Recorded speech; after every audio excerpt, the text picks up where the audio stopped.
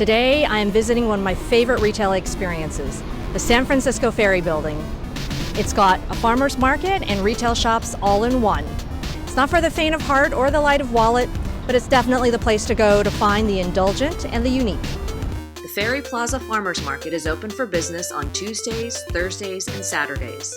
Each week, around 40,000 visitors shop here. Not only is it widely acclaimed for the diversity and quality of the products, it's also one of the top farmers markets in the nation. Around 125 top farms and prepared food vendors around Northern California are represented here. This is the place for local restaurants to come and purchase their ingredients for the day. It's not unusual to see renowned chefs wheeling around pallets of lettuces and peaches. There's even a handy free veggie valet on Saturdays that will hold on to those bins and bins of shopping and then help you load it into your vehicle. In addition to produce, you'll also find a variety of artisanal products such as hot sauces, preserves, breads and pastries, cheeses, drinking vinegars, coffee, cured meats, and rabbit pelts. Across Embarcadero is a permanent arts and crafts fair where artists sell a variety of handmade drawings and paintings, jewelry, clothing, toys, and pottery. On Saturdays, there's a street food section for high-end noshing. There's everything from Napa Farm to table fare, Indian samosas, Arabic manouche, Korean tacos, Jewish deli sandwiches, fresh salads, and wood-fired pizzas. Most of the ingredients are sourced from farms right here in the market.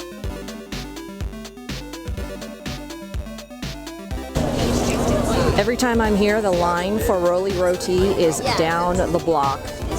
I've never had the patience to wait out the line, but it must be some fantastic chicken.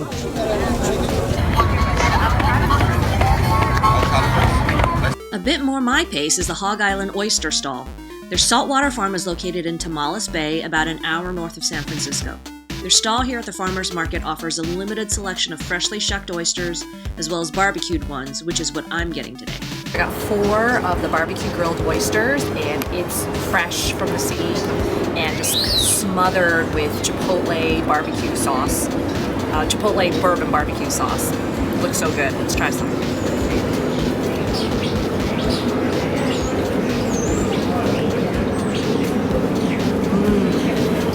Really good. Hog Island Oysters also has a permanent space inside the Ferry Building shopping area where you can sit down and sample a wider variety of goodies. It's got a huge raw bar with all sorts of shellfish on display. The Ferry Building retail space opened up in March 2003 and restores some of the original elements of the 1898 ferry terminal. The building is actually a designated historic landmark, and I really love the feel of the big atrium with giant skylights.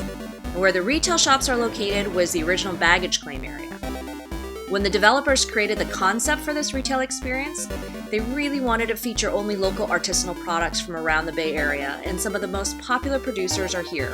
It's great because I can get my favorite items all in one trip.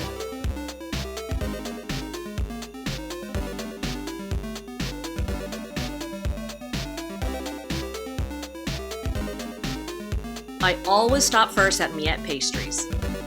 A really interesting story behind this shop. The owner, Meg Ray, used to be in tech, in marketing, and after the dot-com bust in 2000, she opened up a little stall selling cookies and cakes in the farmer's market just outside here. And actually that's where I discovered Miette. I used to buy my lavender cookies from her in her stall. She actually was so successful that she was able to open up a retail shop when they opened up the Ferry Building here.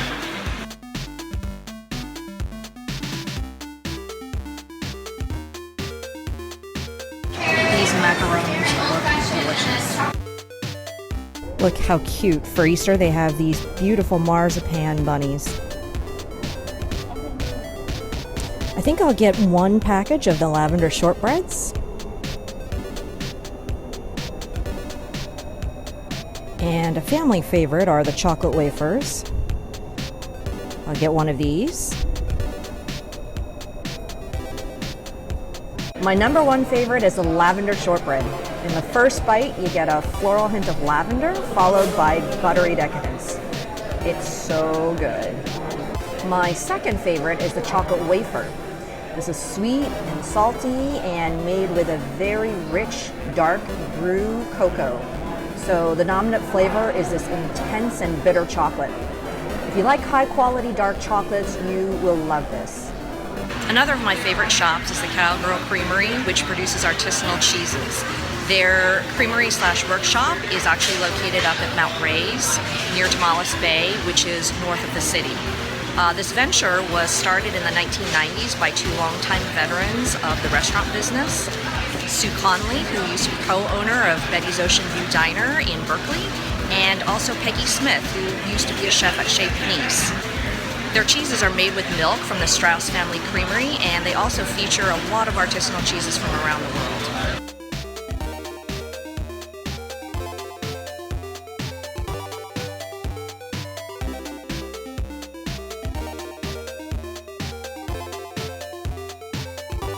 The most popular cheese is the Mount Tam, which has a really nice creamy texture to it that's similar to a camembert or a brie. You can also find this in most Whole Food markets here in California. The great thing about Cowgirl Creamery is that they'll let you try the cheeses, so I'm going to try two today. This one is the Wagon Wheel, and it is made with pasteurized cow's milk. It's a hard cheese.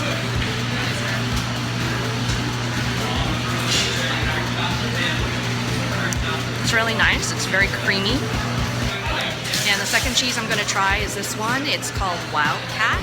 It's very similar to Mount Tam in that it's a double cream cheese. It is dusted with paprika, so it's a little bit spicier than Mount Tam.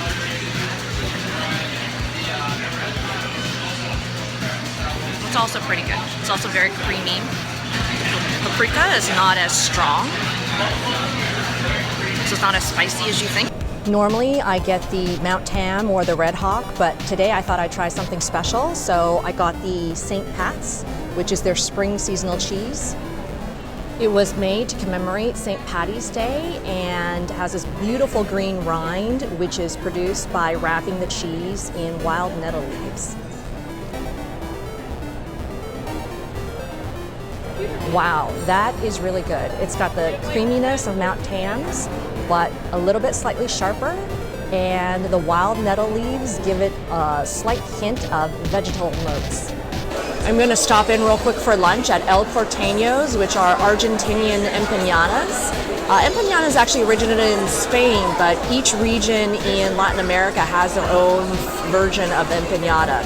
These ones are kind of like pot pies, portable pot pies. I think I'm going to get the pollo, which is an oven-roasted Mary's all-natural chicken with raisins, onions, and green olives in it.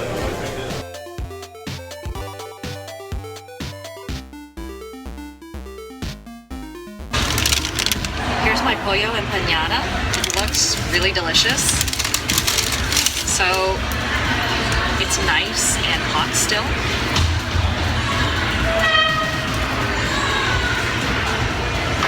Look how good that looks.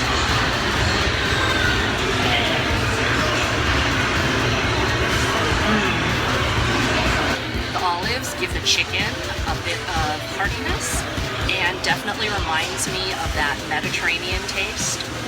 The raisins are just enough, give it a little bit of sweetness that offsets that saltiness from the olives, and the crust is super buttery. It's all a really great combination.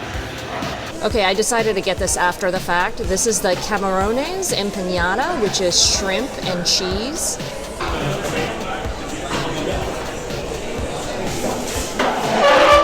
Oh, it's really delicious inside. You can see the whole shrimp in there and the cheese melting. Although it's now a retail space, the ferry building is still a working terminal with ferry service taking passengers across the bay to Sausalito, Oakland, Angel Island, and Tiburon. While on the weekdays there are tons of commuters, on the weekends it's a more relaxed crowd with people out sightseeing or just enjoying the 20-minute ride across the bay. The ferry building really is such a great place to spend the morning, whether you're here looking for your favorite artisanal products or you're just window shopping. I would recommend that you come during the weekdays when it's not so crazy, but if you like to people look, then definitely come on Saturdays when everybody is out in full force. Well, I hope you enjoyed coming along with me and visiting some of my favorite shops, and I hope you'll make it out here to discover your own. Till next time, peace out, Geeksters.